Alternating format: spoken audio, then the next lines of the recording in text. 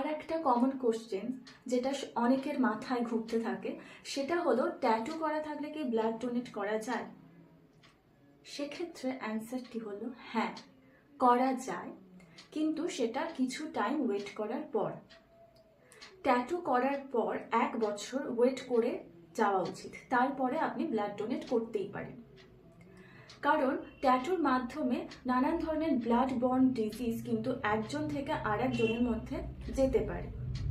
সেক্ষেত্রে যদি আপনি ব্লাড ডোনেট করছেন এবং আপনার মধ্যে হেপাটাইটিস চলে এসেছে, তো সেই হেপাটাইটিস আপনি যাকে ডোনেট করলেন ব্লাডটা তার মধ্যে কিন্তু ট্রান্সমিটেড হয়ে যাবে। তাই ট্যাটু করার পর মিনিমাম 3 মান্থস থেকে 1 বছর পর্যন্ত একটু ওয়েট করে যাওয়াই ভালো এবং তারপরে ব্লাড ডোনেট করা যেতে পারে।